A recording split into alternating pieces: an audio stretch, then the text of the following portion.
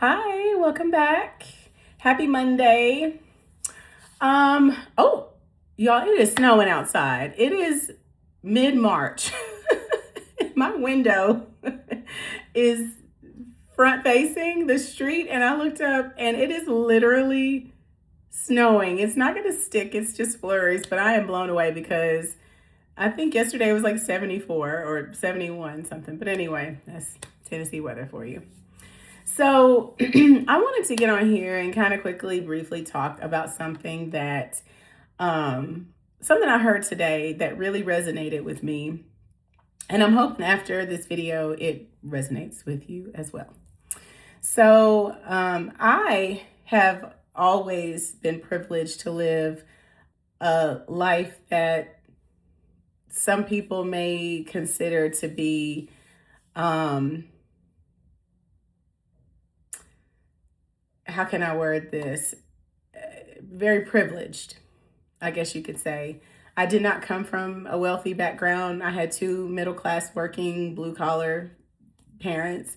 One unfortunately operated from and lived in a scarcity mindset, whereas the other one was like, look, you can't take any of this stuff with you when you die, so let's just enjoy our money, like, pay the bills and enjoy what's left. And I've always kind of lived somewhere in between. I'm nowhere near a scarcity mindset, but I have at times found myself to be incredibly restricting when it came to certain things. And I have to tell you something, I was very miserable when that happened. Now, let me tell it, when I was going through that, it was a necessary evil. And maybe to an extent, it was. But the way I live my life now, and again, I get on here and I talk about how I've been single since the summer of 2024. I don't think I've ever specified when I became single for the first time in many, many years, well over a decade. But since summer of 2024, I've been single with some relationships and dating in between. But since then, I have fully, completely, 100% taken care of myself. And I would be a big fat liar if I ever said I didn't have a time or two where I was struggling. And when I say struggling, all of my bills were paid, all of my necessities were met. I just had nothing left for anything extra. And coming from a place in a life or a lifestyle, I guess, where that's never been a problem, that was difficult. And so I kind of want to talk about that a little bit. I have learned over time that I thrive the most and I'm at my best when I don't have to live a restricted life and lifestyle. Some people will never understand why on earth I would go to Starbucks and spend $6, $7, or $8 on a matcha or an iced coffee. But that's one of my life's pleasures. I don't go every day. I might go twice a week. I might go 3 times a week. And that does add up. I understand that. But that's something for me. And I don't feel the need to justify it or explain it. Other people may not fully understand why I would want to spend X amount of dollars on a handbag.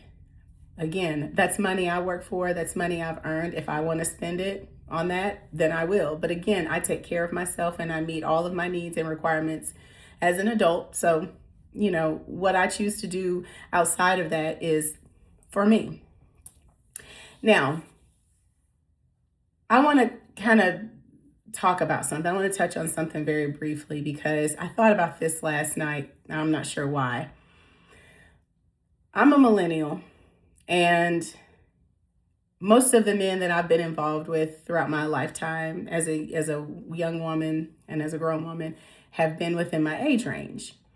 And unfortunately, I'm not sure what happened along the way with a lot of these men, but a lot of them seem to have been raised by, or possibly not raised by, women who actually taught them anything, and I mean nothing, about what it really meant and what it looked like to be a man.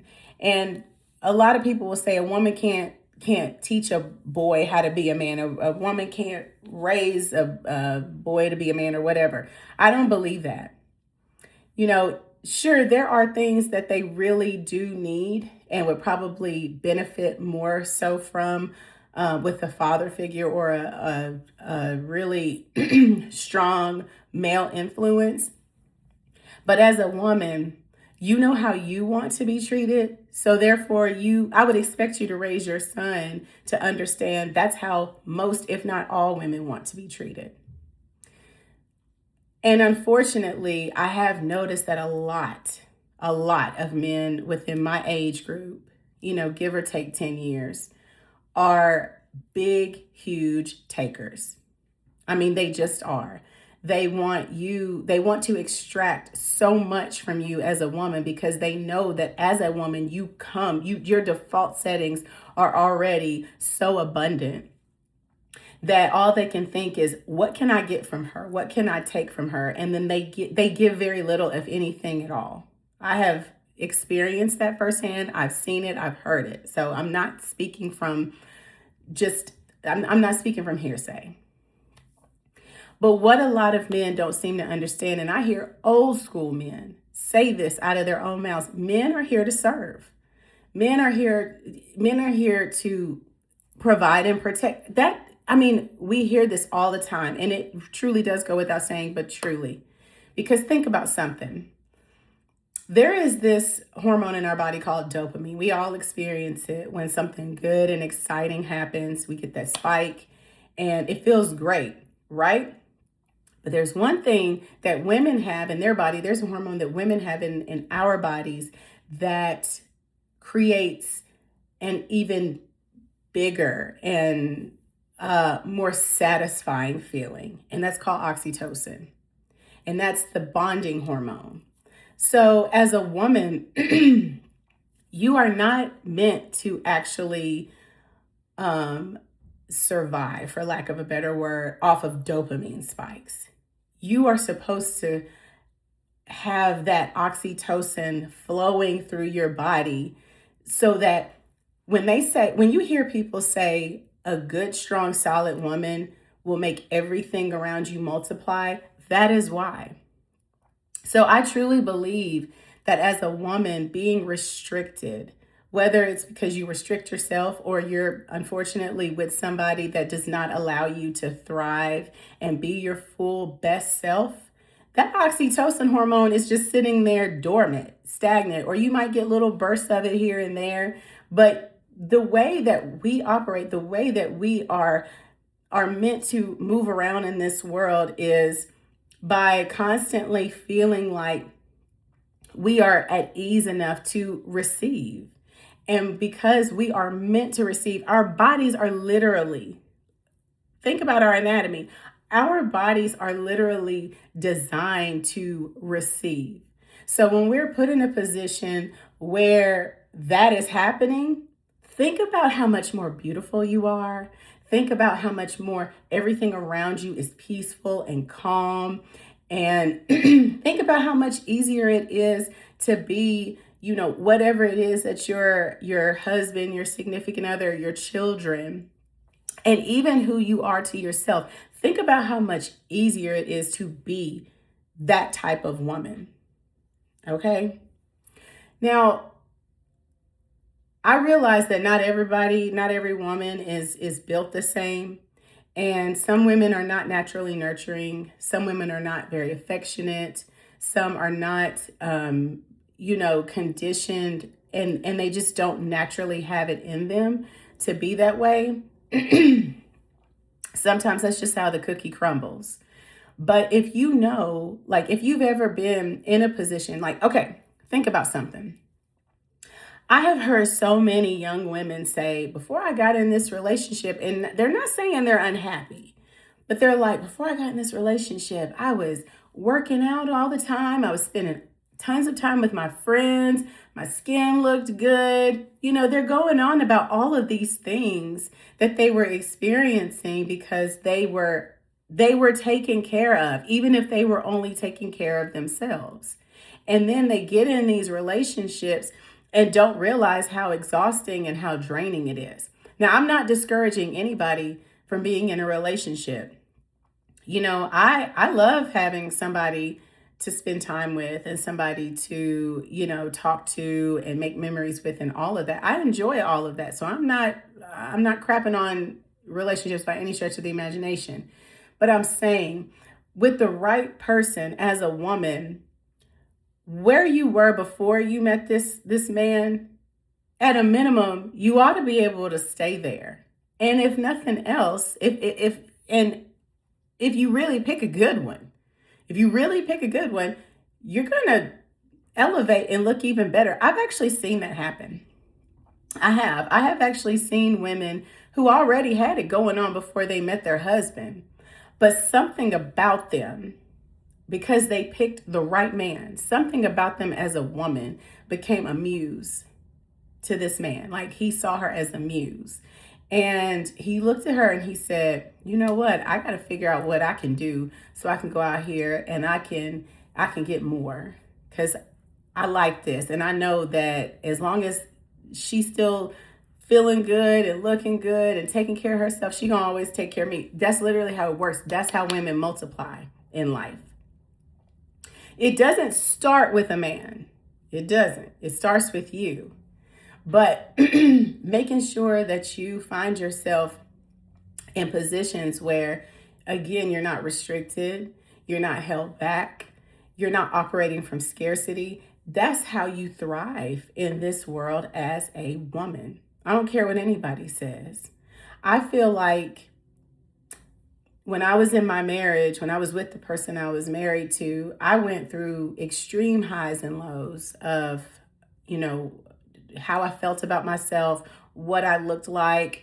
There were times when I was up big time, and then there were times when I was down, like bad, real bad. And I have to give credit where credit is due. Some of those highs were because the person that I was with, the man that I was with, he was actually taking good care of me. He was making life easy for me.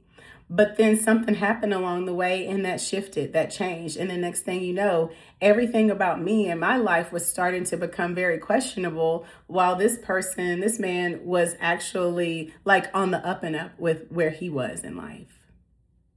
So, looking back, obviously I'll never allow that to happen. I will be by myself for the rest of my life before I ever allow another person to come into my life and drain me. But again, you as a woman, you are literally put here on this earth to be loving and to be nurturing and to make everything around you flourish. And I feel strongly about the fact that, again, it starts with you, but it's elevated when you have the right person. And sometimes it doesn't take the right person. Sometimes it takes you being in the right position in life, whether it's with your career or anything, your career, your hobbies, anything that just makes you really feel like your best self. So I'm just saying all of this to say, if you're out here trying your best to save all of your money, yes, be responsible, because the world is very expensive, life is hard, and you never know when you're going to really need something. And you may or may not have anybody that you can fall back on. I know I don't. But do not sit back and live and operate from a scarcity mindset. Like, operate from abundance, and like truly do whatever it is that makes you happy. Sometimes you got to kind of finagle it a little bit. You might enjoy getting your nails done, but you may have to just keep it simple. Like, okay, let me just sit in this chair and get a simple design, $40 plus tip, go on about my business, rather than getting all the extra things that are going to run your bill up. You like iced coffee. Okay, you may normally like Starbucks, but you got to have your iced coffee at least once a week. Go to Dunkin'. They're about $3 cheaper. You feel what I'm saying?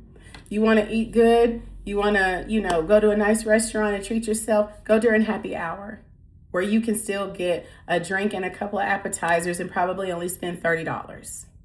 There's ways around it. But whatever you do what makes you happy as a woman. Do not sit up listening to other people trying to tell you how to live your life. Don't sit up and listen to no man telling you you don't need this and you don't need that. You don't need him. Honestly, if you're dealing with somebody that's always trying to tell you what you do and don't need because they themselves don't care about that kind of stuff or don't care for those kind of things, either just don't talk to him about it or find you somebody different. Find you somebody that's like, hey, look, I'm gonna send you, I'm gonna Venmo you, Cash App you, whatever. Here's $20 to go get you some lunch. Here's, $100 to go get your nails and feet done or whatever. Here's $200, put you some gas in your tank, pay your water bill, and then do whatever you want to do with the rest of it. They do exist. Those are the kind of men you need to be with, men that do not sit up here and make you feel badly for wanting to simply be a woman and want to be rewarded in life for existing. Because quite frankly, existing in this world as a woman is a lot of work. Okay, it just is. It is a lot of work being a woman in this world. We all know this. Okay, so anyway, I hope you guys enjoyed this video. I hope everything I said made total sense. Leave some comments below, and I'll see you in the next one.